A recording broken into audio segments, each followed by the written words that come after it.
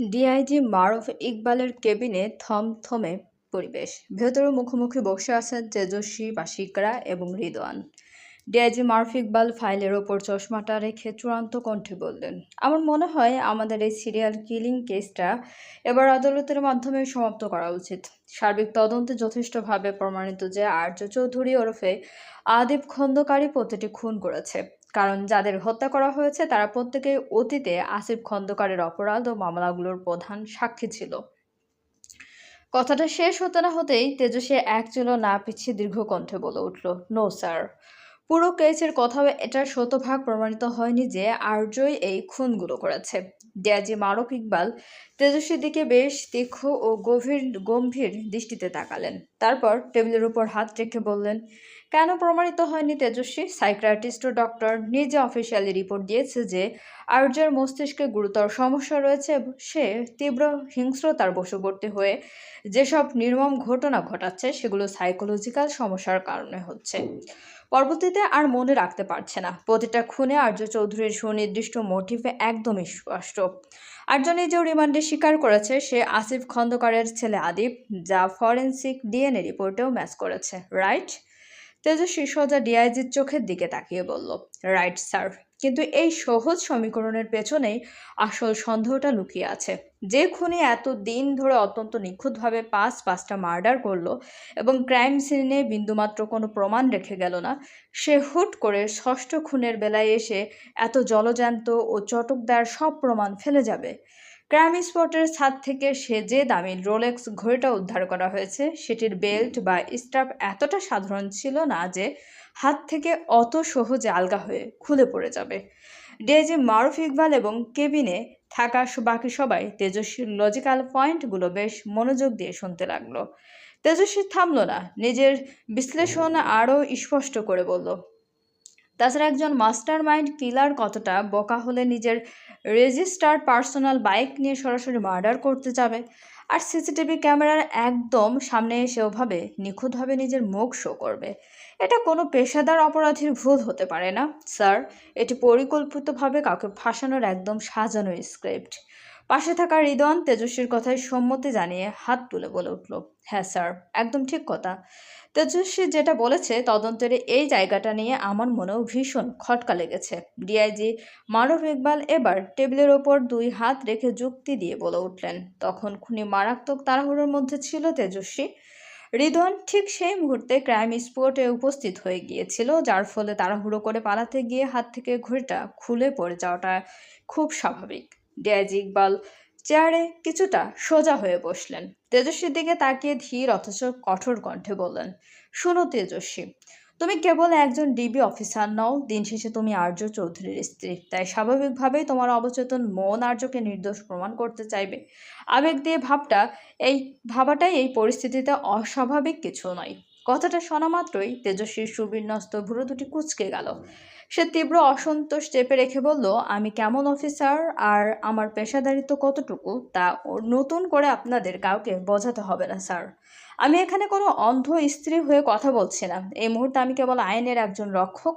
কোন একজন নির্দোষ মানুষকে অপরাধী সাজিয়ে শাস্তি দেওয়ার আগে আমাদের হাজারবার ভেবে দেখা উচিত। এই কেসে এখনও বেশ কিছু সূক্ষ্ম তদন্ত বাকি আছে। ডিআইজি মারুফ ইকবাল হাতের কলমটা টেবিলে রেখে ঠান্ডা মাথায় বললেন, ওকে, ওয়েল ডান তেজস্বী। তবে পেশাগত নিয়ম আর স্বার্থের সংঘাত এড়াতে তুমি এই কেসে আর থাকতে পারবে না। এখন এখন থেকে এই কেসের সম্পূর্ণ দায়িত্ব সামলাবে ইকরা, রিদওয়ান আর হৃদয়। তেজস্বীর চোখ দুটি বিস্ময় আর ক্ষোভে বড় বড় হয়ে গেল। সে চকিতে উঠে দাঁড়িয়ে বলল, হোয়াট? আপনি আমাকে সন্দেহ করছেন স্যার? আমি এই কেসটা নিজেই হ্যান্ডেল করতে চাই। আপনি আমার নিরপেক্ষতার ওপর পূর্ণ ভরসা রাখতে পারেন। ডিআইজি মারুফ ইকবাল আর কোনো তর্কের সুযোগ না রেখে স্পষ্ট জানিয়ে দিলেন, সরি তেজস্বী, আমি এই অনুমতি কোনোভাবেই দিতে পারছি না। কথাটা শোনা মাত্রই তেজস্বী চেয়ার ছেড়ে সোজা হয়ে দাঁড়িয়ে গেল। তার চোখে মুখে তখন এক অটল ও অনমনীয় সিদ্ধান্ত। ওকে, ওয়েল ডান স্যার। আমি খুব শীঘ্রই আমার রেজিগনেশন লেটার আপনার টেবিলে পাঠিয়ে দিচ্ছি। এতদিন তো রোবটের মতো অনেক আইন পালন করলাম, এবার না হয় আইনের গণ্ডি থেকে বের হয়ে শুধুই স্ত্রীর অধিকার আর দায়িত্বটা পালন করবি। আসছি স্যার। তেজস্বীর এমন বিস্ফোরক সিদ্ধান্ত শুনে কেবিনে উপস্থিত প্রতিটি মানুষ এক চরম বিষয়ে বাকরুদ্ধ হয়ে গেল। ডিআইজি মারুফ ইকবাল নিজের জায়গা থেকে হুট করে দাঁড়িয়ে পড়ে তাজ্জব হয়ে বললেন, হোয়াট? তুমি চাকরি ছেড়ে দেওয়ার কথা বলছো তেজস্বী? ইয়েস স্যার, আমি যাচ্ছি। বলেই তেজস্বী আর 1 সেকেন্ডও সেখানে অপেক্ষা করলো না, গট গট করে কেবিন থেকে বের হয়ে গেল। ইকরা আর রিদওয়ান পেছন থেকে আকুল হয়ে বারবার ডাকলেও তেজস্বী পেছনের দিকে একবারের জন্য ফিরে তাকালো না। ডিপার্টমেন্ট থেকে বের হওয়ার আগে সে সোজা কাস্টের দিকে পা বাড়ালো। গ্রিলগুলোর সামনে এসে দাঁড়াতেই তেজস্বী দেখলো কাস্টডির এক কোণে ফ্লোরে মাথা নিচু করে বসে আছে আর্য। তেজস্বী ধীর গলায় ডাকলো, আর্য। সেই পরিচিত মিষ্টি কণ্ঠস্বর শোনা মাত্রই আর্য চকিতে মাথা তুলে তাকালো। ছেলেটার সেই মারাত্মক ক্ষতবিক্ষত বিধ্বস্ত মুখে মুহূর্তে এক চিলতে অমলিন হাসি ফুটে উঠল। সে তাড়াহুড়ো করে শিকগুলোর কাছে এগিয়ে এলো। তেজস্বীর মুখের উপর দিকে অপলক দৃষ্টিতে তাকিয়ে থেকে হঠাৎ উদ্বেগ নিয়ে বলে উঠল, তেজস্বিনী, তুমি কি ঠিক মতো খাওয়া দাওয়া করছো না? শরীরের এমন বাজে অবস্থা কেন বানিয়েছ? চোখের নিচে কালচে ছোপ পড়ে গেছে, একদম ঠিক কাজ করছো না কিন্তু। কথাগুলো বল শুনে তেজস্বীর ভেতরের শক্ত বাতটা যেন মুহূর্তের ভেঙ্গে চুরে গুঁড়ো হয়ে গেল। নিজেকে আজ ভীষণভাবে দুর্বল মনে হচ্ছে তার।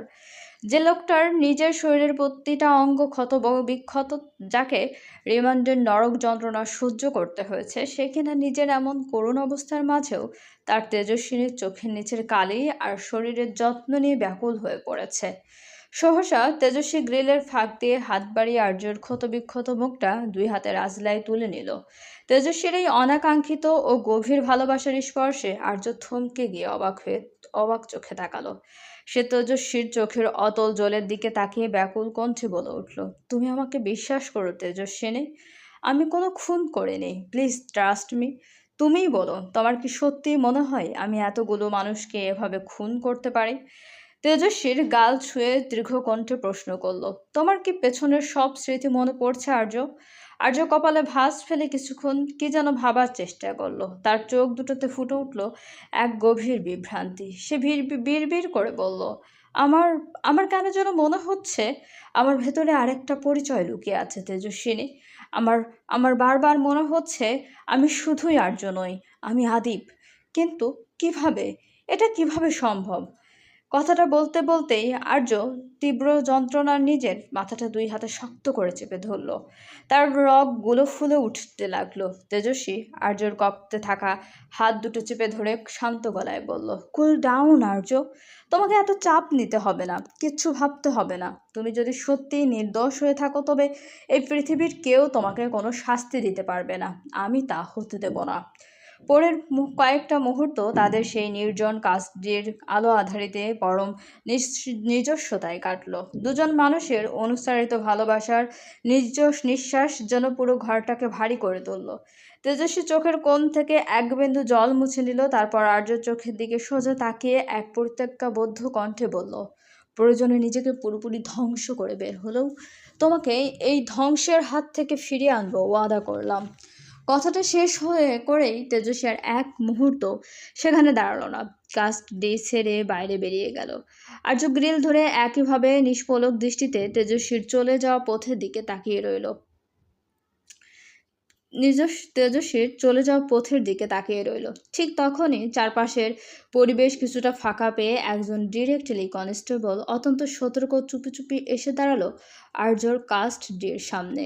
চারপাশে একবার তীক্ষ্ণ নজর বুলিয়ে লোকটা নিজের পকেট থেকে ভাঁজ করা একটা ছোট্ট গোপন চিরকুট বের করলো। তারপর সাবধানে গ্রিলের ফাঁক দিয়ে তা আর্যর দিকে বাড়িয়ে দিয়ে ফিস করে বলল, একজন এই চিরকুটটা আপনাকে লুকিয়ে পৌঁছে দিতে বলেছেন। চলবে গল্পটি চলাকালীন সবাই আমাদের চ্যানেলটা সাবস্ক্রাইব করুন এবং বিজ্ঞাপনগুলো অবশ্যই সবাই পুরোটা দেখবেন এবং আমাদের চ্যানেলের সঙ্গে থাকার জন্য সবাইকে অনেক অনেক ধন্যবাদ। প্লিজ গল্পটা সবাই লাইক, কমেন্ট এবং শেয়ার করবেন।